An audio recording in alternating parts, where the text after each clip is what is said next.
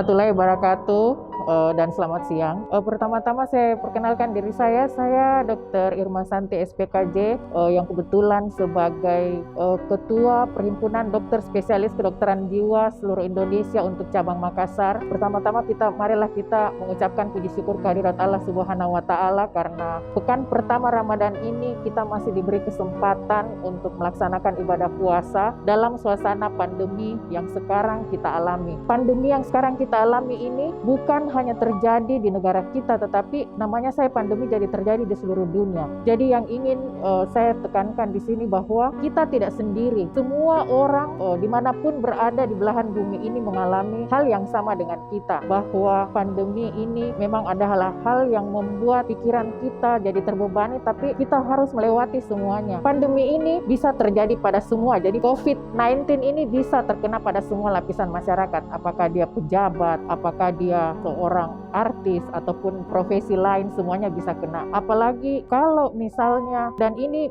bisa membuat kita menjadi stres dan membuat beban pikiran. Apalagi kalau sudah mempunyai status sebagai ODP, mempunyai status sebagai PDP, atau terkonfirmasi positif COVID-19, pasti merasa terbebani. Tetapi anggaplah bahwa apa yang kita alami ini adalah bagian dari kehidupan yang memang kita harus jalani. Apalagi kalau kita sudah dikarantina, kemudian isolasi, di rumah sakit ataupun di rumah, dan itu akan membuat kita jadi merasa tertekan. Dan ada beberapa gangguan jiwa yang bisa kita alami. Kalau kita merasa tertekan seperti ini, jadi kita bisa cemas, kita bisa depresi, bahkan ada beberapa yang bisa mengalami gangguan jiwa berat. Tetapi marilah sama-sama kita menghayati bahwa ini pasti berlalu, bahwa kita tidak sendiri karena di seluruh dunia pun mengalami hal seperti ini. Dan hari demi hari kita melihat bahwa ada tren jumlah yang sembuh itu lebih banyak daripada jumlah yang mengalami kematian. Tapi jangan selalu kita berpikir bahwa kita akan berakhir seperti saudara-saudara kita yang akan meninggal. Tidak. Yang kita pikirkan itu bagaimana nanti setelah pandemi ini, bagaimana nanti saya akan kembali beraktivitas normal, bagaimana nanti saya akan berkumpul dengan saudara-saudara saya, dengan anak saya, dengan istri saya, suami saya. Itu yang harus kita pikirkan. Bukan apa nanti yang terjadi pada diri saya kalau saya positif. Jangan memikirkan yang itu, tetapi kita memikirkan hal-hal yang positif yang insya Allah akan terjadi begitu pandemi ini akan berakhir. Jadi saya mengajak semua saudara-saudaraku, apakah dia berstatus sebagai ODP, PDP, maupun yang sudah terkonfirmasi positif, marilah kita membangun pikiran-pikiran yang positif. Jangan memikirkan hal-hal yang bisa membuat kita bertambah cemas atau bertambah stres. Karena kalau kita stres atau kalau kita terlalu memikirkan hal-hal yang buruk, itu akan menurunkan imunitas tubuh kita. Jadi kalau sistem imun turun, penyakit akan mudah datang. Jadi saya harapkan, kembali lagi saya ingatkan bahwa kita tidak sendiri mengalami hal ini, bahwa ini terjadi di seluruh dunia di belahan manapun. Marilah kita sama-sama berdoa, kita kembali kepada Allah Subhanahu wa Ta'ala bahwa memang ini adalah kehendak dari yang di atas, dan insya Allah badai pasti berlalu, bahwa COVID-19 akan hilang di bumi Indonesia dan akan hilang di seluruh dunia. Saya rasa cukup dari saya. Assalamualaikum warahmatullahi wabarakatuh. Salam sehat jiwa.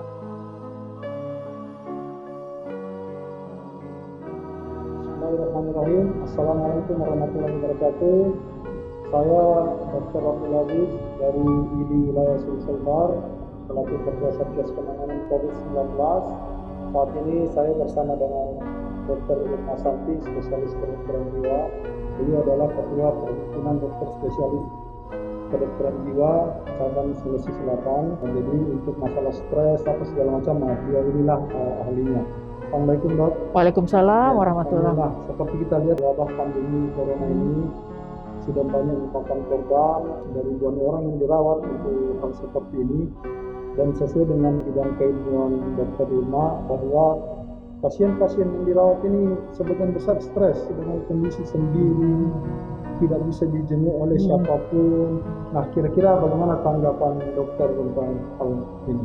Jangankan orang yang dirawat, orang sehat saja yang ada di rumah itu stres kalau tinggal di karantina seperti itu, yang tinggal terus di rumah, tidak bisa keluar, tidak bisa ngapa-ngapain, pasti stres. Apalagi orang-orang yang dirawat, yang tidak ada interaksi sama sekali dengan keluarga yang bisa memberikan dia support kan. Jadi pantas saja kalau mereka stres. Itu tadi saya bilang, jangankan orang yang sudah terdiagnosis, apalagi kita ini, jangankan mereka, kita saja bisa mengalami stres. Jadi selalu membangun pikiran yang positif bahwa saya akan melewati ini semua, bahwa nanti kalau saya keluar, saya akan ketemu dengan anak-anak saya akan ketemu dengan keluarga saya yang lain. Jadi marilah kita selalu membangun pikiran yang positif. Jangan memikirkan, ih mati nih, ada lagi yang meninggal, lihat itu ada lagi yang meninggal. Pasti itu membuat stres, tapi pikirkan apa yang akan terjadi ketika kita sudah terbebas dari ini dan kita sudah bisa berinteraksi kembali dengan keluarga, dengan teman-teman. Jadi pikirkanlah hal-hal yang positif, dan saya rasa itu memikirkan hal positif bisa meningkatkan imunitas tubuh kita sehingga kita bisa cepat kembali berinteraksi dengan keluarga dan teman-teman yang lain. Tapi memang sangat kontradiktif ya, bahwa kita ini kan makhluk sosial, harus selalu berinteraksi. Sementara COVID ini membuat kita harus menjadi seperti manusia yang asosial, tidak bisa bergaul, tidak bisa salaman. Biasanya apalagi kita orang budaya timur ya, harus bersalaman ketika bertemu. Kemudian kalau kita berpisah jarak rasanya bagaimana gitu. Nah, betul. Sementara ini betul-betul kita dipisahkan dengan siapapun. Nah, seperti yang dokter bilang, jangankan mereka yang sudah terkonfirmasi positif, kita saja yang masih tidak terdiagnosis apa-apa itu merasa ada ketakutan. Nah, kira-kira tips dan triknya Dokter Irma ini untuk orang yang belum mengalami atau insya Allah semoga tidak terkena COVID, dan terutama kepada pasien-pasien yang sudah terdiagnosa COVID, baik yang harus isolasi mandiri di rumah maupun yang harus dirawat di rumah sakit. Kira-kira gimana? Yang paling utama sebenarnya, yang selalu saya tekankan setiap kali pertemuan, setiap kali ada orang bertanya, saya sudah bilang, apa tipsnya? Pertama, jangan terlalu banyak nonton televisi. Jangan terlalu banyak menonton televisi, terutama berita tentang COVID. Untuk mengetahui jumlah yang terkonfirmasi positif setiap hari, boleh cukup 1-2 kali per hari. Tapi kan kalau kita lihat di TV itu kan tiap hari, pagi, jam 10, siang, sore, malam, selalu ada setiap saat trending text lewat, semuanya itu berisi tentang berita tentang COVID. Jangan terlalu fokus, jangan terlalu sering melihat atau menonton berita tentang COVID. Jadi selalu untuk tahu boleh, tetapi jangan itu menjadikan hal yang rutin dilakukan. Itu untuk menghindari, jangan fokus di situ. Kemudian karena kadang-kadang juga kita terlalu sering membaca hoax kan, jadi tentang inilah dan itu membuat stres. Pastinya itu adalah membuat stres. Ada lagi di sana orang cuman tidak ada kontak, tapi karena masalah baju lah terus dia terinfeksi. Tidak usah lah, untuk pembelajaran boleh, tapi kalau kita sudah melihat seperti itu lah, saya tidak boleh lakukan itu. Tetapi jangan sampai di mindset kita bahwa kita akan mengalami hal yang sama. Justru kita membangun pikiran bahwa saya tidak boleh sama dengan orang itu, bahwa saya harus bisa menjaga keluarga saya, minimal melakukan hal-hal yang kecil yang seperti mencuci tangan, physical distancing dan sebagainya.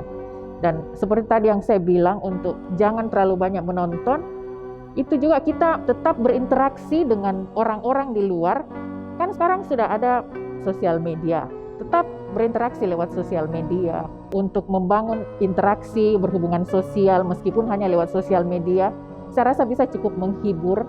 Terus apalagi sekarang bulan Ramadan kan ada banyak meeting dengan ustaz ataupun ustazah. Saya rasa itu yang harus kita perbanyak. Tidak usahlah terlalu sering-sering menonton tentang berita COVID ini, karena itu membuat kita semakin stres dan semakin tertekan. Kemudian untuk saudara-saudara yang sudah terkonfirmasi positif maupun PDP yang ada di rumah sakit maupun isolasi mandiri di rumah, seperti tadi yang saya bilang bahwa selalu memikirkan hal-hal yang baik yang akan terjadi, bukan memikirkan hal-hal yang buruk. Jadi kalau kita terlalu banyak memikirkan hal yang buruk, justru kita semakin terpuruk sebenarnya. Jadi memang membangun sikap positif, Dok. Membangun sikap positif. Kemudian jangan terlalu banyak melihat hoax, dan walaupun itu nyata, jangan jadikan sebagai rutinitas. Jangan jadikan sebagai rutinitas. Terus membangun interaksi dengan saudara-saudara di luar, meskipun hanya lewat sosial media, tetap membangun interaksi. Kan banyak tuh yang kelompok-kelompok WhatsApp, ya tetap kita membangun sosialisasi situ. Jadi curhat di situ. Kalau ada apa-apa, jangan-jangan, oh saya sakit ini, oh begini, kan bisa tuh sharing di situ. Ya, artinya di sinilah media saling memperhatikan. Iya, di sana saling memperhatikan. Ya, manusia ini selalu membutuhkan diperhatikan. Meskipun tidak interaksi secara fisik, Iya. tetapi kan ada interaksi yang lain yang bisa kita lakukan. Terakhir mungkin Dok, pesan-pesan dokter untuk masyarakat atau pasien-pasien kita yang sementara dirawat di rumah sakit, karena mereka ini sudah banyak yang dirawat itu sangat stres sendiri di dalam televisi, kesehatan. Kira-kira pesan khusus buat mereka dokter gimana? Ya, pesan-pesannya yang paling pertama tentu saya akan bahwa ingatlah kita tidak sendiri mengalami ini. Seluruh dunia pasti mengalami ini. Yang pertama itu, kita tidak sendiri.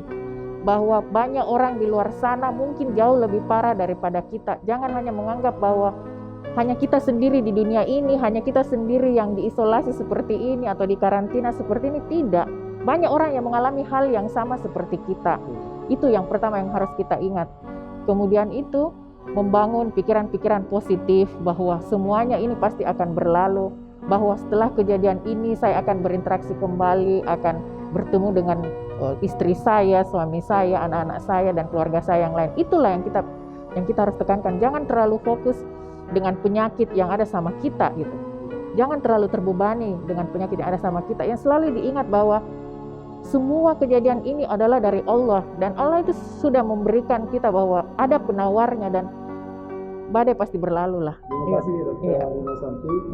Jadi satu hal bahwasanya dari Dokter Irma tadi, kita harus senantiasa membangun optimisme dan harapan. Ya, betul, harapan. Keluarga kita.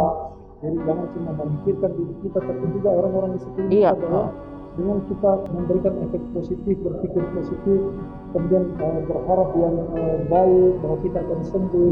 Insya Allah itu akan membawa efek positif kepada penyembuhan kita. Terima kasih Dok atas waktunya. Saya kira demikian dari kami. Assalamualaikum warahmatullahi wabarakatuh. Waalaikumsalam.